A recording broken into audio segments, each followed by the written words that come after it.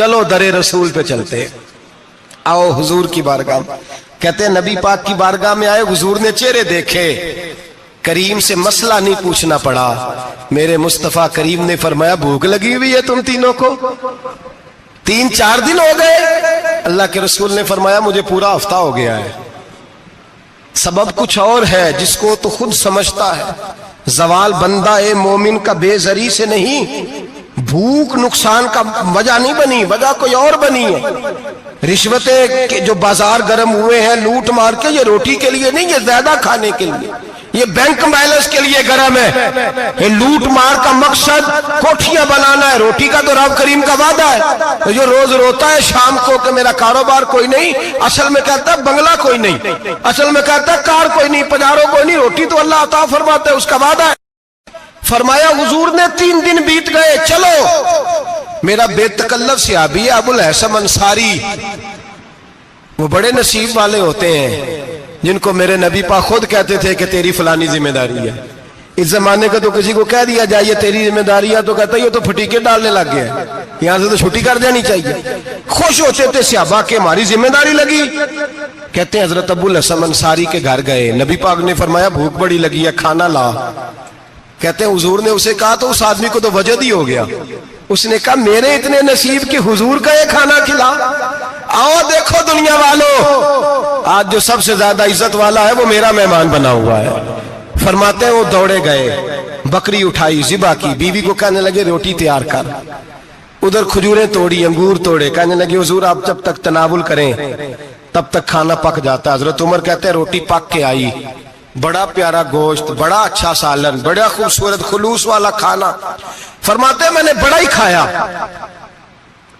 نبی پاک نے نہ ایک روٹی لی اور چھوٹی چپاتی، تھوڑا تھوڑا سالن کونوں سے، اور جب نبی پاک نے کھا لیا تو حضور کی آنکھوں میں آنسو آئے۔ حضرت عمر کہنے لگے حضور روئے کیوں؟ نبی پاک نے فرمایا سوچتا ہوں 7 دن کے فاقے کے بعد کھایا ہے، پر ڈرتا ہوں رب اس کا حساب پوچھے گا تو جواب کیسے دینا ہے، اس کا حساب بھی تو دینا ہے نا جو کھایا ہے۔ تو حضرت عمر فاروق کے ہاتھ میں کچھ چیز تھی، زور سے زمین پہ ماری، کہا محبوبہ 7 دن کے بعد بھی روٹی کھائے تو حساب دینا ہے۔ نبی پاک فرمانے لگے عمر وہ مالک ہے نا، تو جب دیتا ہے تو حساب نہیں لے سکتا، حساب تو دینا ہے، حساب تو دینا ہے، تیاری رکھو۔ صحابہ کرام فرماتے ہم نے ارادہ کیا کہ آج کے بعد ہم پھر فاقے کریں گے، کم کھائیں گے، اس لیے کہ حساب دینا ہے۔ میرے بھائی وہ فاقہ کشی کرتے تھے، ڈرتے تھے۔ یہاں تو لوگ کھا کے بیمار ہیں، کھاتے جا رہے ہیں، سوتے جا رہے ہیں، کھاتے جا رہے ہیں، سوتے جا رہے ہیں۔ یہ بھی وقت آئے گا رمضان شریف کا، سویرے درس پہ آؤ کہتے نیند بڑی آتی ہے، سویرے 2 سپارے پڑھ کے سویا کرو کہتے صاحب نیند بڑی آتی ہے، فجر کے بعد ہی تو وقت ہوتا ہے اللہ اللہ کرنے کا، سحری کا، کھاتے جا رہے ہیں، سوتے۔ لوگ جماعت سے نماز نہیں پڑھتے سو جاتے، جماعت کا ثواب چھوڑ کے سو جائیں گے۔ بھائی رمضان المبارک میں فاقہ کشی کی ٹریننگ ہوتی ہے، فاقہ کشی کی تربیت لے، رمضان میں روکے اپنے آپ کو، تربیت ہوگی۔ اور ہمارے صوفیاء فرماتے ہیں جو زیادہ کھاتا ہے اس کا نفس اس کو زیادہ پہ مائل کرتا ہے، خواہشات نفس پیدا ہوتی ہیں۔ میرے نبی پاک علیہ السلام نے جوانوں کو حکم دیا ہے یا معاشر الشباب، او جوانوں، یا رسول اللہ کیا حکم ہے؟ فرمایا یا نکاح کر لو اگر طاقت ہے، نہیں طاقت تو روزے رکھو۔ حضور روزے سے کیا ہوگا؟ فرمایا تمہارا نفس کچلا جائے گا، شیطان وسوسہ اندوزی نہیں کرے گا۔ آج نوجوان بڑھ بڑھ کے کھاتا ہے، بہت زیادہ کھاتا ہے، کبھی اس ہوٹل سے کھاتا ہے، کبھی اس ہوٹل سے کھاتا ہے۔ اتنا زیادہ کھائیں گے تو نفسانی قوتیں اچھل کر کے آئیں گے، مشکل ہو جائے گا۔ شادیاں دیر سے ہوتی ہیں، ماں باپ آنکھیں بند کر کے بیٹھے ہوئے ہیں۔ اگر ماں باپ کی ذمہ داری ہو اور ماں باپ نکاح نہ کرے تو نبی پاک نے فرمایا بچے گناہ کریں گے تو جتنا گناہ بچے کو اتنا باپ کو بھی ہوگا۔ تو ماں باپ چپ ہیں، دوسرا شادی مشکل بڑی ہے، مہنگی بڑی، اور تیسرا نہیں کر رہے کچھ لوگ تو روزے بھی نہیں رکھ رہے۔ تو رمضان ان کے لیے بھی وقت ہے، نفسانی قوتیں کچلی جائیں گی، کھانا جتنا کم کھایا جائے گا اتنا وجود کے اندر نفسانی خواہشات کم پیدا ہوں گی۔ تو رمضان تو پریکٹس ہے مجاہدے کی، دین کی۔ اور دوسرا میرے حبیب پاک صلی اللہ علیہ وسلم نے فرمایا ہے، حضور فرماتے ہیں کہ رمضان اور قرآن کا آپس میں رشتہ ہے۔ قرآن پاک کتنا پڑھنا چاہیے روزانہ؟ زیادہ سے اللہ جزا دے، امید ہے آپ زیادہ سے زیادہ ہی پڑھتے ہوں گے۔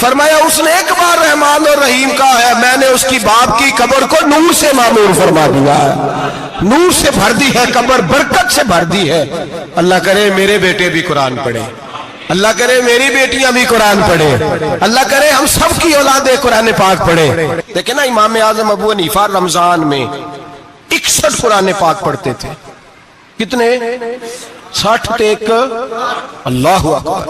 ایک قرآن پاک دن میں پڑھتے پورا، ایک رات کو پڑھتے، ایک تراویح میں پڑھتے، 61 قرآن پاک امام صاحب پڑھتے۔ آپ فرماتے میں نے چھوڑ دیے سارے وظیفے، میں صرف رسول اللہ کا قرآن پڑھتا ہوں۔ رمضان سارا قرآن پاک، سارا رمضان۔ اب تو عادت ہی نہیں رہی ہمیں قرآن پاک کی۔ اگر لوگ ناراض نہ ہو تو محفل نعت ہوتی ہے تو تلاوتیں کتنی ہوتی ہیں، اور نعتیں ہم نے ذوق ہی نہیں بنایا، ذوق ہی نہیں بنایا ہم نے تلاوت قرآن کا، اس لیے کہ قراء علماء فقراء ان کو ہم تیار ہی نہیں کر رہے، ہم تو ایکٹر پال رہے ہیں جو پیسے لیتے ہیں نعت خوانی کے، معاذ اللہ۔ او میرے بھائی، کیا قرآن میرے نبی کی نعت نہیں؟ حضرت عائشہ صدیقہ رضی اللہ تعالیٰ عنہ کے پاس صحابہ گئے، کہنے لگے اماں جی ہمیں نبی پاک کا اخلاق بتلائیں، تو اماں جی کہنے لگی جاؤ جا کے قرآن پاک پڑھو، کان خلقہ القرآن، سارا قرآن میرے نبی کے اخلاق کا ہی نام ہے، یہ ساری نعت ہے، یہ ساری نعت ہے۔ اس نعت کو سننے لوگ کیوں نہیں آتے؟ اتنا راش میں اپنے نعت میں اتنا تراویح پہ کیوں نہیں ہوتا؟ اور ملت کا جوان یاد رکھے، بوڑھے تراویحاں پڑھتے ہیں، ضعیف تراویحاں پڑھتے ہیں، گھٹنوں میں درد ہے تراویحاں پڑھتے ہیں، بیمار بوڑھے تراویحاں پڑھتے ہیں، جوان وہاں چوک میں کھڑے۔ کیا جوانی اس لیے ہے چوکوں میں کھڑا ہوا جائے؟ کیا جوانی اس لیے ہے کہ سعودی عرب جانے کے لیے پاسپورٹ بنانا ہو تو 2.5 گھنٹے کھڑا رہے تو؟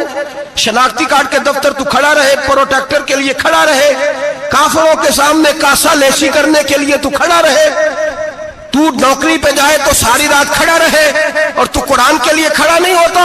میرے محبوب نے فرمایا من قام ایمانا واحتسابا غفر له ما تقدم من ذنبه، فرمایا جو رمضان المبارک میں اللہ کی رضا کے لیے گناہوں کی معافی کے ارادے سے قیام کرے گا، راتوں کو عبادت کرے گا، اللہ اس کے پچھلے سارے گناہ معاف فرما دے گا۔ نوجوان ارادہ کریں، پروگرام بنائیں کہ انشاءاللہ قرآن پڑھنا بھی ہے، قرآن پڑھوانا بھی ہے، سننا بھی ہے، اور انشاءاللہ بولیے سننا بھی ہے اور پڑھنا بھی ہے اور پڑھانا بھی۔ ہمت کریں، دلیری کریں، آکے کھڑے تو ہو، اللہ توفیق عطا کرے گا۔ پہلی بات یہ کہ روزہ رکھیں، دوسری بات یہ کہ قرآن پاک کی تلاوت کریں، اور روزہ رکھیں تو روزے کے سارے حسن سمیت اسے رکھیں۔ نبی پاک نے فرمایا رمضان غمخواری کا مہینہ ہے، غمخواری کریں۔ ہمارے زمانے میں 2 قسم کی تکلیفیں ہیں، ایک تو غریب آدمی، اس کا حال یہ ہے کہ وہ مانگتے ہی گزارا کرنا چاہتا ہے، اس نے ہاتھ یوں کر لیا ہے تو اب اس کا یوں ہونے کو تیار نہیں۔ ضرورت اگر کسی آدمی کو کسی دروازے پہ لے جاتی ہے تو برا نہیں، لیکن سوال کا اپنے اوپر دروازہ کھول لینا یہ ٹھیک نہیں۔ فاقہ کشی پیدا کریں، حوصلہ پیدا کریں، تھوڑے پہ گزارا کرنا سیکھیں۔ غریبوں کو بھی اجازت نہیں کہ وہ نکل کھڑے ہوں میدان میں مانگنے کے لیے، ٹولیاں نکلتی ہیں رمضان میں، جتھے نکلتے ہیں خیرات کٹھی کرنے والے۔ بچیں، میرے نبی پاک صلی اللہ علیہ وسلم نے فرمایا جس نے بغیر ضرورت کے سوال کیا، جب قیامت کے دن آئے گا تو اس کے چہرے کے اوپر گوشت نہیں ہوگا، صرف ڈھانچہ ہی ہوگا۔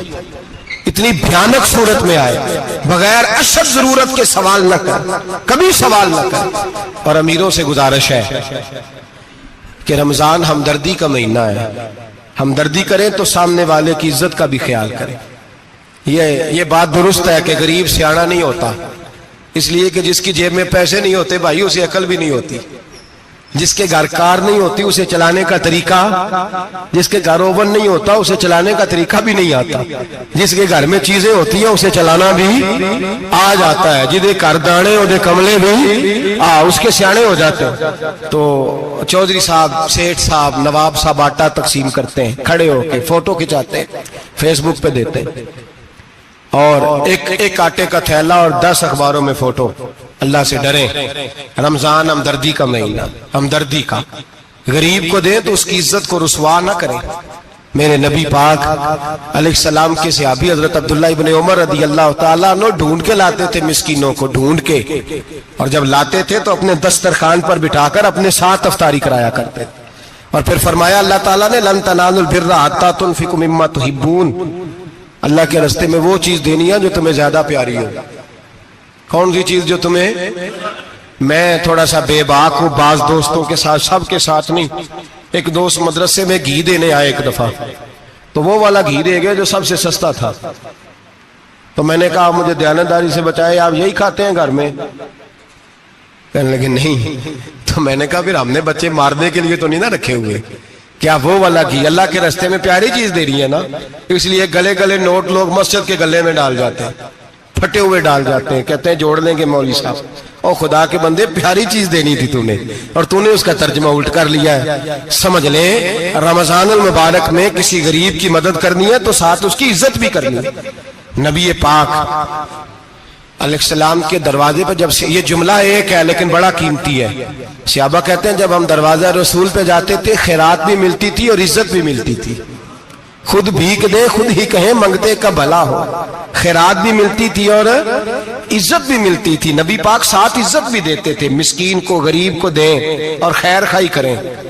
جوتے بیچنے والے جوتوں کے ریٹ سستے کریں، کپڑا بیچنے والے کپڑے کا ریٹ، درزی صاحب بھی ریٹ سستا کریں، دکاندار بھی چیزوں کا ریٹ، حکیم صاحب پیسے کم لیں، ڈاکٹر پیسے کم کریں، حکومت نرخوں میں کمی کرے، اور یہ کام اجتماعی طور پہ کریں. میرے نبی پاک نے فرمایا رمضان غمخواری کا مہینہ ہے، اس میں غمخواری کرنی ہے، دوسرے کا خیال کریں، احسار کریں، قربانی کریں. یہاں ہر چیز کا ریٹ بڑھ جاتا ہے رمضان شریف میں. ہر آدمی کہتا ہے میرا سیزن آ گیا ہے، توجہ بڑھائیں، خیال کریں، غمخواری کا مہینہ ہے. اور پھر آپ لوگوں سے یہ بھی گزارش ہے کہ رمضان المبارک کا جب مہینہ آئے تو جس آدمی کے ساتھ نیکی کرنی ہے وقت پہ کریں. کسی غریب کو پیسے دینے ہیں، کپڑے دینے ہیں تو یکم رمضان کو دیں. میں اکثر دوستوں سے پوچھتا ہوں، میں کہتا ہوں قاری صاحب نو جوڑا کدو دیندے ہو؟ کہندے 27ویں والے دن. میں کہ مینوں لگ گئی سمجھ، تہاڈی سازش ہے کہ جڑے سواں کے پا نہ لوے. ایویں مولوی چودھری صاحب دے نال دے کپڑے پا لے تے کتے لکھیا ہے اینوں دینا ہے 27ویں. تسی دسو 27ویں والے دن کو درزی سی کے دیندا ہے؟ انہوں 3 گنا بھی پیسے دئیے تو کہندہ ہے جڑے باقی نے انہاں دے نہیں بٹن پہ لگ دے میرے کو کتھوں جوڑا سی کے. تو کس دن دیتے ہو قاری صاحب کو؟ کیا مقصد ہے؟ پہننے کے لیے دے رہے ہو یا اس لیے دے رہے ہو کہ نہ پہن سکے؟ تو بھائی آپ جب کسی کو کچھ چیز دیں گے تو کب دیں گے؟ جب وہ استعمال کر سکے. غریب کو لوگ فطرانہ دینے جاتے ہیں عید سے 1 دن پہلے، تو کیا کرے گا اس کا؟ وہ نہ تو کپڑے خرید سکا نہ روٹی لا سکا. بلکہ میرے حضرت صاحب فرماتے ہیں رمضان سے پہلے دے دو، رمضان کی نیت کر کے رمضان سے 1-2 دن پہلے دے دو، اللہ رمضان جتنا ثواب ہی عطا فرمائے گا. رمضان سے پہلے دو جس کو کچھ ہے دن، قبل از وقت تیاری کرو. اور میرے قبلہ حضرت صاحب فرمایا کرتے اپنے کپڑے بعد میں، غریب کے بچوں کے کپڑے پہلے، اپنے گھر کی ضروریات بعد میں، غریبوں کی ضروریات. اس لیے کہ اللہ پاک نے ان کا رزق بھی ہمارے گھر بھیج دیا. ہماری ڈیوٹی لگائی ہے کہ تم نے بانٹنا، بانٹنے والے بنو. اور یہ ذہن بنائے کہ پتہ نہیں کس کا حصہ تھا جو اللہ نے میرے گھر بھیجا. یہ ذہن بنا کے بانٹ. اور جس کو دینے جائیں، ہاں آپ کو اجازت ہے تھوڑا بہت پتہ کرنے کی، لیکن تھوڑا بہت تفتیش کرنے کی اجازت، بال کی کھال اتارنے کی اجازت. میں نے دیکھا ہے لوگ غریبوں کا انٹرویو لیتے ہیں، تیرا تو فلانا کمانے والا نہیں، تیرا تو فلاں بچہ. او بھائی بہت سارے غریب ایسے ہیں، بڑے ہیں جو کمانے کی کوشش کرتے ہیں لیکن ان کا سبب نہیں بنتا. ہاں ہیں ایسے لوگ جو سعودی عرب چلے گئے ہیں، کہتے ہیں تیرا تو فلاں باہر نہیں گیا ہے، لیکن سارے سعودی عرب جانے والے بھی مال کمانے کی طاقت نہیں رکھتے. کئی وہاں بھی بیٹھ کے بیچارے قرضوں میں الجھے ہوئے ہیں، وہاں والوں کے ظلم کا شکار ہے. بہت ساری آزمائشوں میں تو تفتیش کرتا ہے. میرے امام شافعی کا ایک جملہ اگر آپ کو یاد رہ گیا تو بات بن جائے گی. امام شافعی رحمت اللہ، بلکہ حضرت غوث اعظم جیلانی کے پاس وہ بات آپ کو زیادہ فائدہ دے گی. حضرت غوث اعظم جیلانی کو ان کا ایک مرید سمجھانے لگ گیا، کہنے لگا حضرت جی آپ سب کو دیتے رہتے ہیں، ہر بندہ مستحق نہیں ہوتا، ذرا ٹٹول کے دیا کریں. تو غوث اعظم جیلانی فرمانے لگے بھائی مجھے تو لگتا ہے تو بھی ان چیزوں کا مستحق نہیں تھا جو اللہ نے تجھے عطا کر دی ہے. پہلے تو بتا تو مستحق تھا، تجھے اپنی حیثیت اوقات کا پتہ ہے جو اللہ نے تجھے دے دی ہے؟ طاقت تھی،